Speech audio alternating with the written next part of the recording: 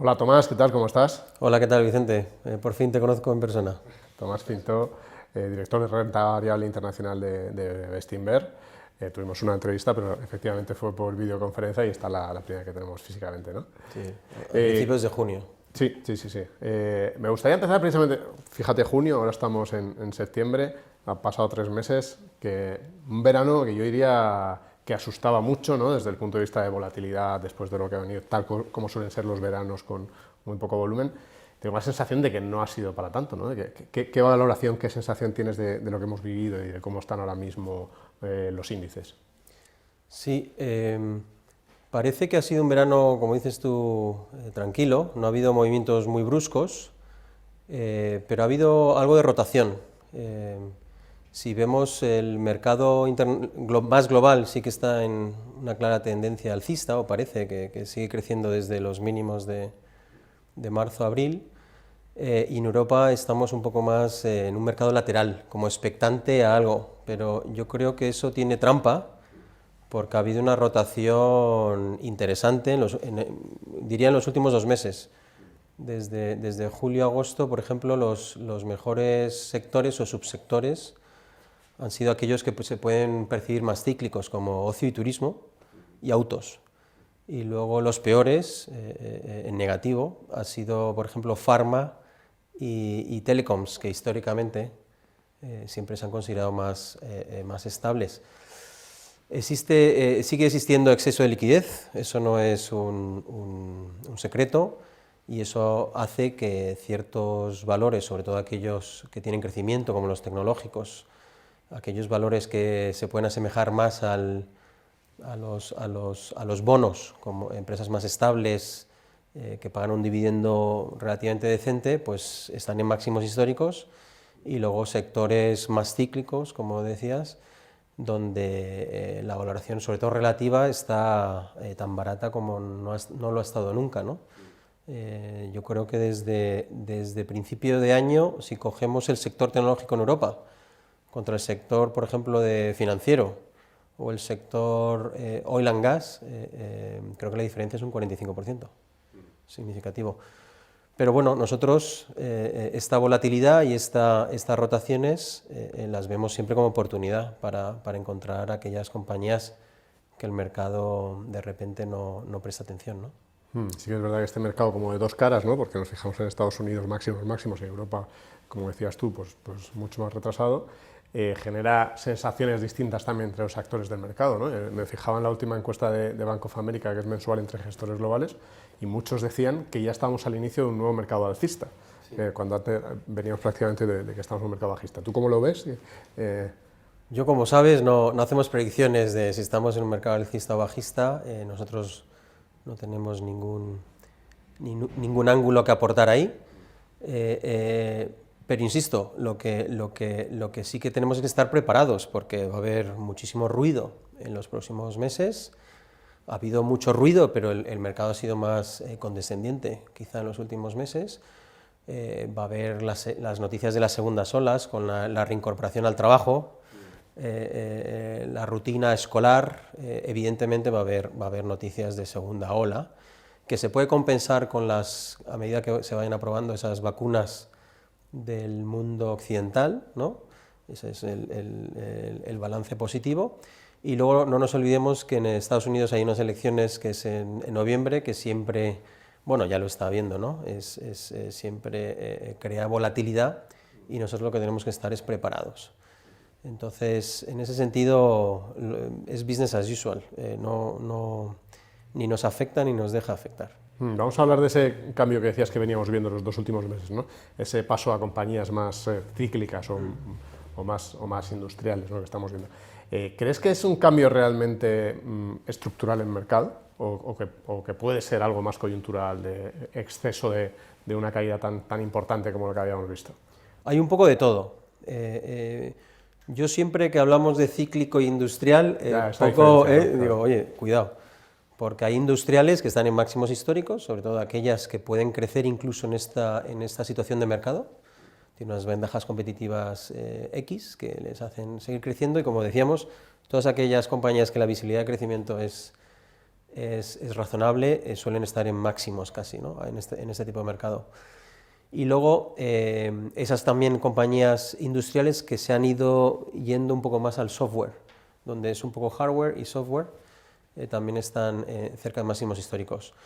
Luego hay subsectores mucho más cíclicos, por ejemplo los autos. Los autos sí que estamos viendo que hay más apetito, pero es un poco mecánico, porque después de 2 años la debilidad de los autos, sobre todo en Europa, empezó antes de verano del 2018 y el 2019 fue más a más y luego ya el 20 fue un poco la implosión con el tema de la pandemia.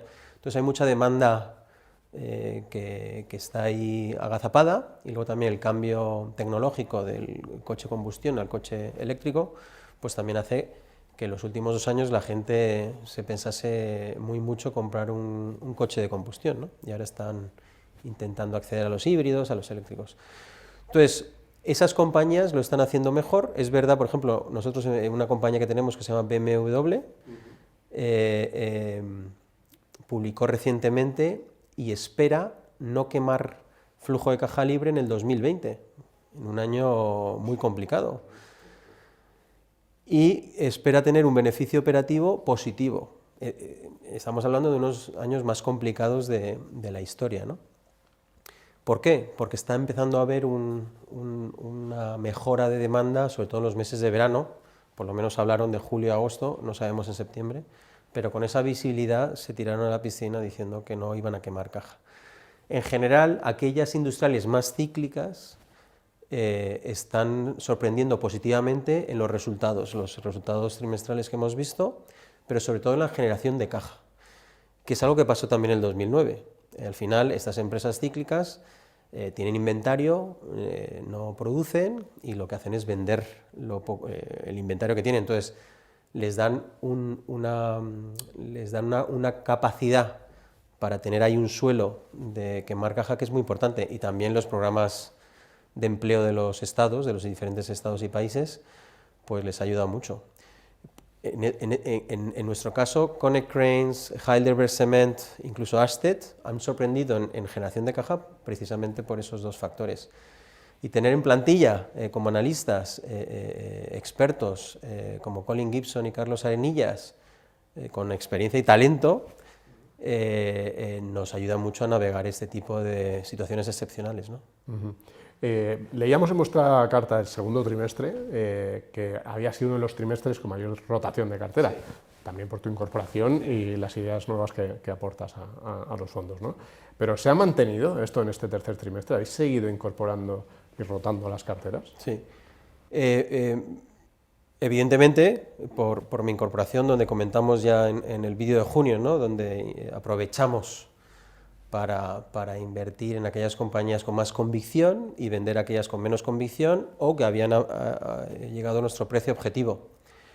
Y por supuesto la situación del mercado que nos dio oportunidades que antes no existían, ¿no? Por ejemplo, el de diversificar en compañías en el subsector de semiconductores, ¿no? Que encontramos tres compañías muy interesantes. También tanto el Hedge Value como grandes compañías como el Bestinver Latam han aprovechado estos vaivenes de mercado para incrementar un poco más la rotación normal y comprar buenos negocios a valoraciones muy atractivas. En el caso concreto de la parte más grande quizá de Bestinver, la parte internacional y luego Bestinfond, pues en internacional hemos comprado 3 nuevas compañías y hemos vendido 3 compañías, que es un ratio yo creo que bastante razonable, algo más normalizado, igual el mercado ha sido menos brusco, y en Iberia, en la parte Iberia de Bestinfond, lo que sí que hemos aprovechado es a concentrar un poco más Iberia. Hemos vendido 5 compañías, hemos comprado 3 nuevas compañías de Iberia. Si me permites, te cuento una de esas compañías, claro, encantado, te iba a preguntar por ello, que es lo que nos gusta contar, que se llama HelloFresh, que es una compañía alemana de 7.500 millones de capitalización bursátil, que a la gente le sorprende que sea ya tan grande, que se dedica vía online al reparto de comida a domicilio, pero es comida a domicilio no preparada, con un recetario donde te la haces tú mismo, y es una suscripción mensual. Bueno, es mensual, pero tú la pides semanalmente lo que quieres, ¿no? Pues si eres 4 o 5 miembros familiar, pues ellos tienen sus cantidades y porciones calculadas. Tiene una ventaja, que el desperdicio de la comida es muchísimo menor que si haces la compra en el supermercado. Tiene un ángulo ESG muy interesante. Segundo, es muy competitivo en coste unitario contra comida rápida, incluso contra una cesta media de un supermercado.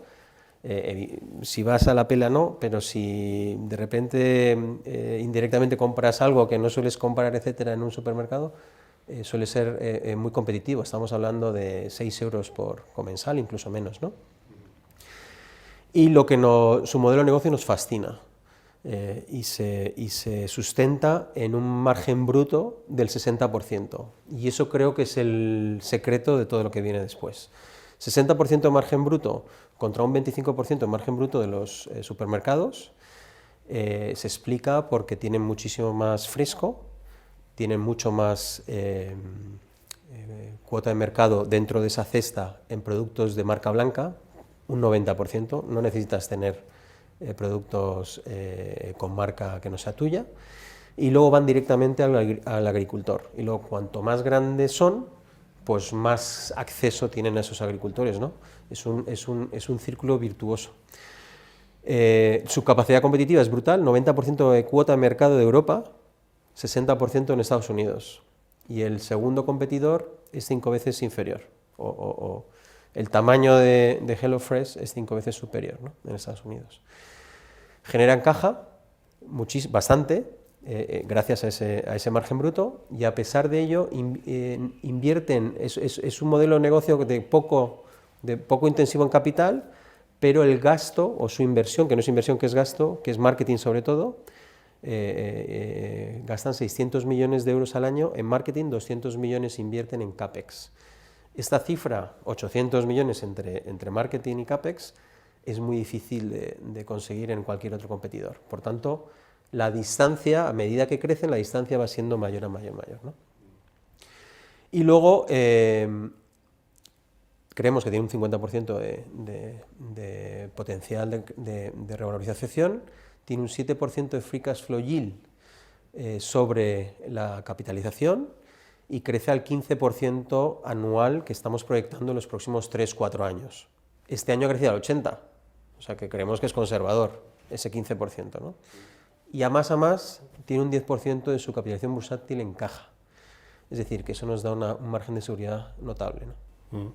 Interesante, ¿no? Sí, muy interesante.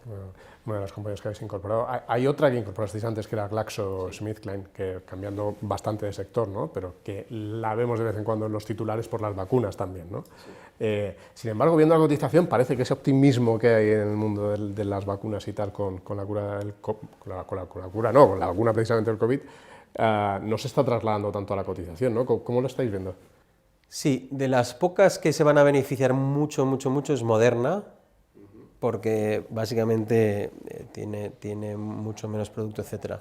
El resto de las grandes es complicado, y muchas de ellas el precio va a ser inferior, en algunos casos las darán gratis, etc. Yo quitaría el ruido de las vacunas COVID, lo quitaría, y entonces vamos a analizar por qué Glaxo no está funcionando tan bien. Primero, el dólar les afecta bastante, el dólar se ha depreciado bastante contra tanto el euro contra la libra esterlina, y casi todas las farmacéuticas, su generación de caja es Estados Unidos, ¿no? Y luego el ruido también que existe por las elecciones americanas en Estados Unidos. Si ganan los demócratas, hay una percepción que este mercado se va a ver perjudicado, porque van a intentar tocar los precios de los medicamentos negativamente para estas empresas, y van a subir los impuestos. Como la mayor generación de caja es Estados Unidos, y subir los impuestos allí, pues tendrás menos caja libre, ¿no? Para nosotros esto es temporal y es ruido. De hecho, hemos aprovechado para incrementar posición en los últimos días, y nuestra tesis de inversión no depende para nada de esos dos factores. Es más, de todas las grandes, Glaxo es la menos expuesta a lo que llamamos nosotros los blockbusters, ¿no? Esos productos donde tienen más de 1.000, 2.000, 3.000 millones de dólares anuales, ¿no? Es la menos expuesta, y la que menos expuesta está a la farma tradicional, ¿de acuerdo? Es más, Glaxo hace 3 años, con el cambio de equipo gestor, que fue hace casi 4, lo que hizo fue un movimiento muy doloroso a corto plazo, pero yo creo que es muy interesante a medio y a largo plazo, que fue reducir el precio de todos los medicamentos e intentar fijar, porque había mucho debate, etcétera, intentar fijar a futuro una fijación de precios más justa para la sociedad, ¿no? Eso que creo que es muy valioso en el largo plazo y habla muy bien del equipo gestor, pues les afectó hace 3 años. Para nosotros, Glaxo está lleno de catalizadores en los próximos 2-3 años que creo que no están por supuesto, reconocidos en el precio de la acción, donde vemos más de un 50% de revalorización. Es líder mundial en productos sin receta, en medicamentos sin receta, lo que se llama OTC. Líder mundial en vacunas. A lo mejor no va a ser la líder mundial en COVID, pero en otras vacunas sí. Es segunda a nivel mundial en HIV y es en farma, que no es tan grande, que como hemos dicho tiene menos exposición. Desde nuestro punto de vista no puede ir peor. Y luego tiene una generación de caja que no está bien entendida. Generación de caja real y normalizada. Y mientras tanto nos paga un 5%, más de un 5% de dividendo, rentabilidad por dividendo, y creemos que no es solo sostenible, pero creciente. Así que, bueno, pues tenemos que asumir esta debilidad temporal, ¿no? Uh-huh. Me gustaría saber cómo, porque siempre decimos que la pandemia nos ha cambiado la vida y hay muchos sectores y muchos negocios que los ha cambiado, ¿no? ¿Cómo afecta eso a vuestros precios objetivos, a vuestros análisis de las compañías? Te lo voy a plantear con 2 tipos de compañías. Unas que lo han hecho muy bien y han subido mucho porque su negocio se venía muy beneficiado, son las de comida a domicilio, sí. En las que habéis reducido posición, según lo decíais también. Sí, con HelloFresh ahora de repente cambia un poco. Pero es otro subsector, sí. Sí, entonces ahí ¿cómo se ajusta a esas valoraciones cuando es un negocio que de pronto se ha disparado tanto en la demanda? Si quieres comentamos y luego te planteo el otro. Perfecto. Evidentemente, nosotros primero de todo estamos constantemente reevaluando el portafolio y las posiciones en la cartera, constantemente. En este caso en concreto, tenemos la ventaja de contar con Jaime Vázquez y Miguel Dolz, que son los expertos en consumo y más en concreto en el food delivery, el reparto de comida a domicilio, y han estado muy activos, lo que decías tú, intentando analizar que todo lo que estaba pasando afectaba o no a los precios objetivo que tenemos, al valor intrínseco de esas compañías. El resultado es que sí que ha pasado y ahora iré a ello. Y también están activos generando otras nuevas ideas como HelloFresh, ¿no? Donde hemos comprado en las carteras. El mundo de la comida rápida, comentábamos un poco también hace 2 meses, pero básicamente lo que pretendían crecer en 2 años lo han crecido en pocos meses. No solo han incrementado el número de suscriptores, sino han incrementado el uso de los suscriptores que tenían antes, la frecuencia, y con un coste mucho mayor en adquisición de clientes, porque no han tenido que invertir tanto en marketing, ha sido más natural. Entonces esto hace que la base sea mayor, por tanto tu precio objetivo sube, ¿vale? Luego evidentemente lo que no puedes hacer es proyectar una línea lineal en los próximos años. Evidentemente el 21 pues será más complicado crecer tan extraordinariamente como hemos visto en el 2020. Y luego, por criterios de prudencia, para tener una cartera robusta, una cartera diversificada, evidentemente lo que hemos hecho es hacer un poco o cristalizar ciertos beneficios en estas compañías. Cuando te decía el peso, es verdad que al final vendimos GrabHub, que era otra compañía americana parecida, y hemos comprado HelloFresh recientemente, ¿no? Pero sí, en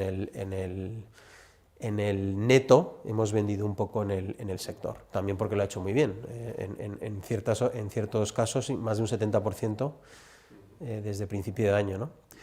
Te quiero decir también que el tema de la comida de reparto a domicilio está en un momento muy activo y muy dinámico en consolidación, que es algo que nosotros éramos muy vocales, ¿no?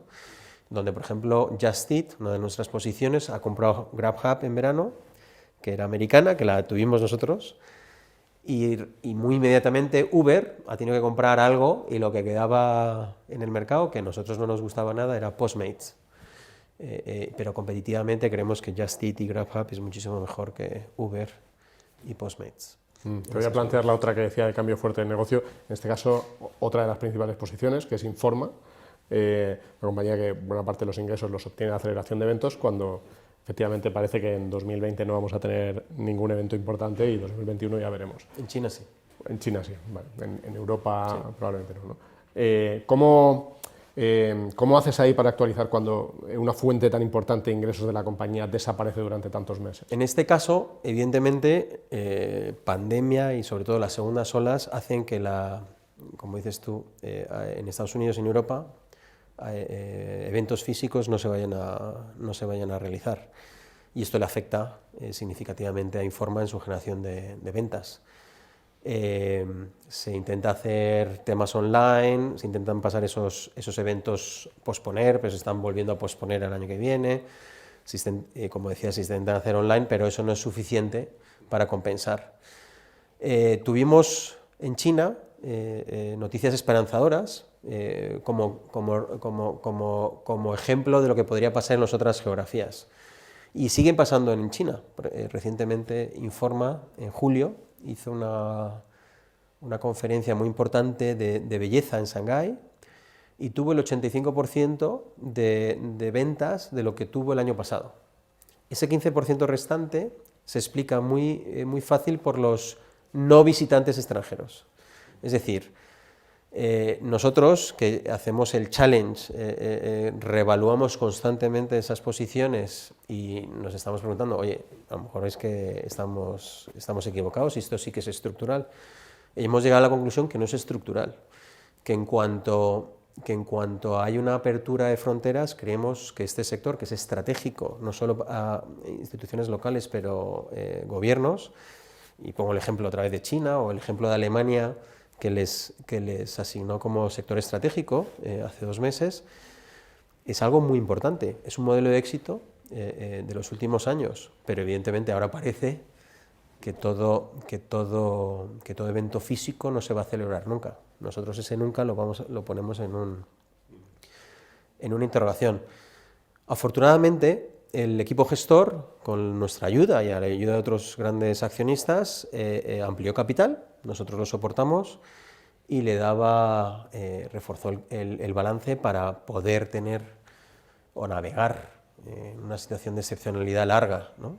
Y en eso estamos tranquilos. También tiene una parte que es el 30% del negocio, que no está mal, que son suscripciones donde genera mucha caja y eso también nos da una tranquilidad importante. Y luego han sido bastante rápidos en reestructurar costes, ¿no? Entonces, el resumen es que desde nuestro punto de vista nada ha cambiado estructuralmente a día de hoy, y ponemos el ejemplo de China, y luego evidentemente tenemos que lidiar con el cortoplacismo del mercado, que mira los 3-6 meses, pues Informa le va a costar, pero la ventaja competitiva de Bestinver es poder arbitrar ese beneficio temporal, ¿no? Donde evidentemente en los próximos 1 o 2 años el impacto en el valor intrínseco de Informa es muy pequeñito, pero la recuperación, y sobre todo en compañías líderes y compañías muy sólidas como Informa, creemos que muy importante.